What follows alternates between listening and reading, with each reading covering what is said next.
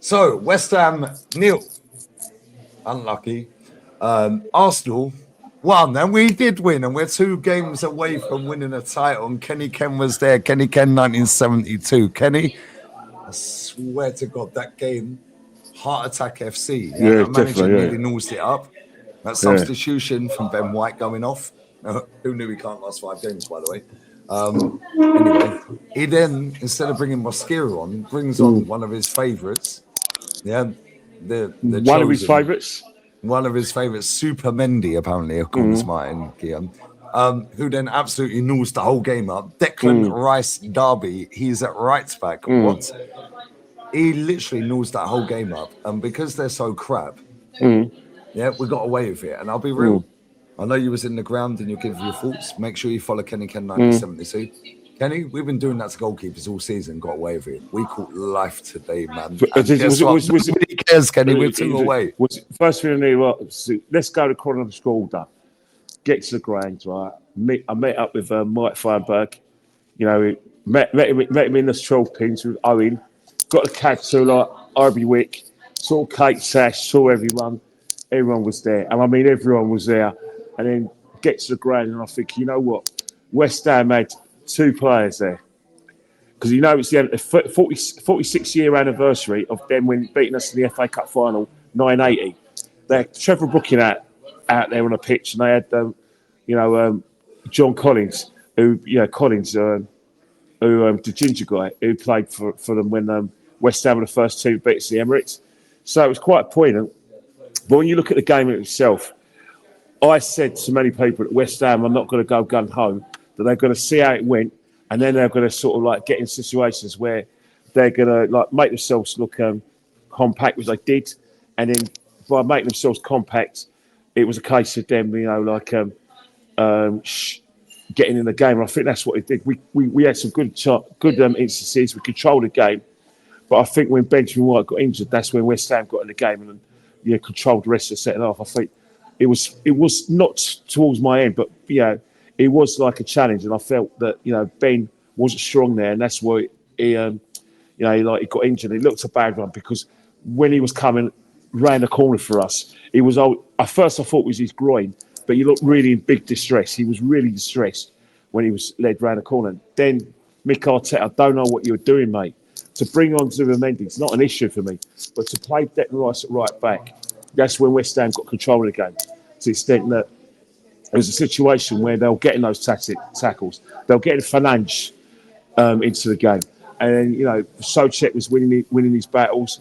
And that was like a bad move by Arteta to the extent that they could have scored in the first half when Wan-Bissaka beat Calafiori to a challenge. And let's not forget, Calafiori did all right today. But it was one of those things where you can't lose that battle to Wan-Bissaka. Gets a cross in, nice little header from Castellanos. And a great save for Raya. Great throw over. A lot of people were saying that it was a save that Raya should be making. But when you're in a situation where Raya still got to make that save, second half, Mick Arteta rectified that, took off Calafiori. Could have been nice, but the team comes first. But I feel for Zubimendi. And I understand where people come from back performances, but I feel for it because it was a situation where he was a passenger. The game was too quick for him. He looks spent, out on his feet.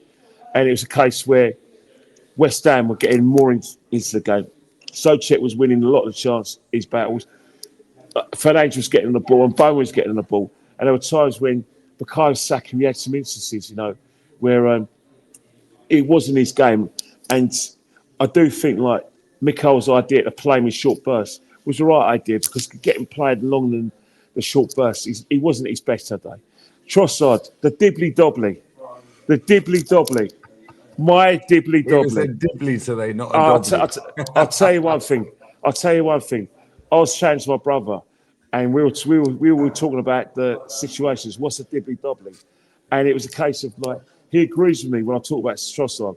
But it was him who looked like the one who was going to win us the game. It was him like it was, was probing. And he has got that in his locker. And it was a case where when we needed him, we made the right substitutions. Like Eze was struggling in the game, got Odegaard on the pitch, got Havertz in, and then the hold-up play. Trossard gets that shot, and I'll tell you one thing, right?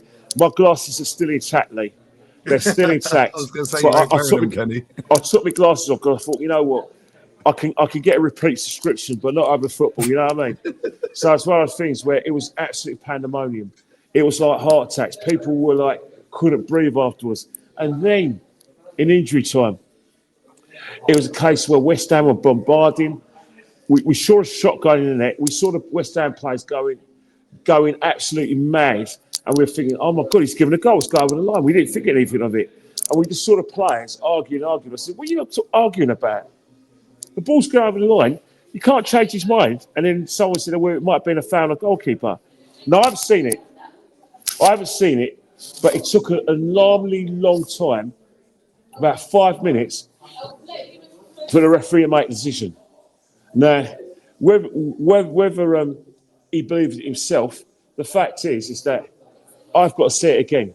But someone was saying that there was two players impeded our goalkeeper, and someone was saying that Declan Rice committed a foul in between that. But even then, it was one of those things where it was a difference between Arsenal potentially losing the title, West Ham potentially staying up, and then Arsenal, like I said, going to win the title. The referee makes a decision. It was his decision alone, and it just changed the whole thing. And it's one of those things where you think, oh my God.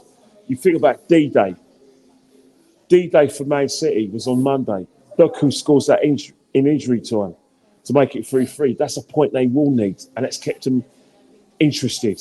And then today, 83rd minute goal from the dibbly-dobbly Trossard, and then the situation with West Ham, fight for their lives. It changed everything. But one thing you can't deny, just the thought of being there, it's stressing a lot of fans out. There was a lot of, I've got to describe the scenes to you, because normally I just talk about the football, but I've saw some passion for our fans. Our away fans are easily the best in the world. They're quality. But they were better than today. They were better than the best in the world. By the way, I want a big shout out for everyone. I'm in the noodles buffet, Chinese buffet, in Shrag Green Road, Finsbury Park. Big promotion from there. I'm just going to get me through before I go home. Made my way from Stratford. But let's just talk about Arsenal now. We are daring to be great. 2 games, it wasn't, Kenny. It wasn't Kenny, great the season's football. gone on forever, isn't it? It's gone on forever. It weren't great football. But when you think about it now, I can now talk about the prospect of Burnley. We know that Benjamin White's not going to play. We know that Mascara's going to get a game. And then we think about the prospect of Champions League. Yes, of course, you've got to play Burnley and Crystal Palace before then. But there was a realisation that if Arsenal have got a prospect of playing a Super Cup against the winners of the Europa League, and then they can go, and they could play a playoff for the World Championships. So they can win 3 the trophies. Intercontinental Cup, by the way. Yeah, so they can win 3 majors. Win 4 trophies. We can win 4 majors in 2026 after not winning anything for 6 years.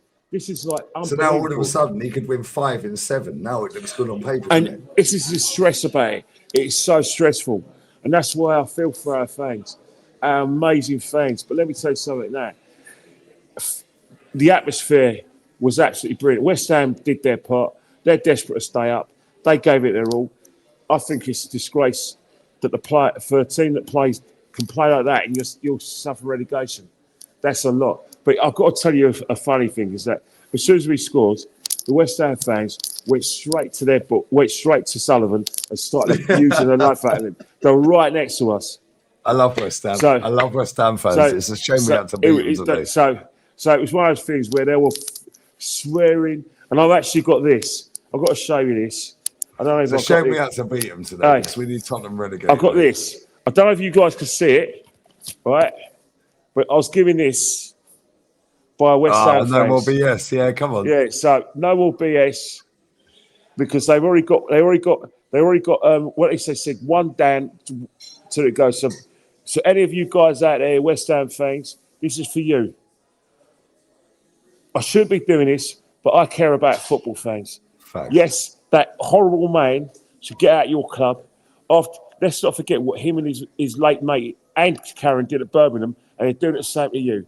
Yes, I'm carrying this card on behalf of all football fans. Get Sullivan out of West Ham. Facts. Yeah, and it's the thing, yeah. I really like West Ham. Yeah, I like them. And it's a shame that we had to beat them. We should have had the league wrapped up, but I was sat in the bar earlier, and everyone was like, "Are you going to win today?" I was like, "We're going to slap them." Yeah, it's a Spursy pub. They were like, "We're willing you on today." I said, "How funny that." I said, "Because 2 years ago, 2 years ago, 2 years ago, we were our fans were willing you lot on, and some missed." I said, "Funny how rolls reverse, isn't it?" I said, Anyway. I said at the same time, they can't have Tottenham relegated. They can't. They were one of the founder members. Yeah. The charges for Chelsea, who are part of the Big Six now, and the charges for City that have gone on for an eternity. That's now 3 of their Big Six. That's their product finished. So when you go back and watch the replay of the goal that was disallowed, we've been doing that all season, Kenny. Exactly. But guess what? I don't care. I do not care, Kenny. Just win me a league. Win us, Kenny. We deserve it, mate. We've been the best. But we've been doing it all season, bro. But anyway, it was harsh. It was harsh, But at the same time, anyway, he did put his arm over his neck and grabbed his shirt. Anyway, here's what it is. We don't care, Kenny. Did you get your ticket for the final? Tell me you're going final. No, we'll find out tomorrow. But yeah, Dave, there's loads of things we've got to talk about before I do that. But I'll find out tomorrow. But to all of you guys in the chat, two more games. Come on. All right. Love you, mate. Get home safe. Get your Chinese. Bless up the restaurant. Stay safe and get home safe. Love you, mate. I'll see you tomorrow, See you tomorrow, definitely.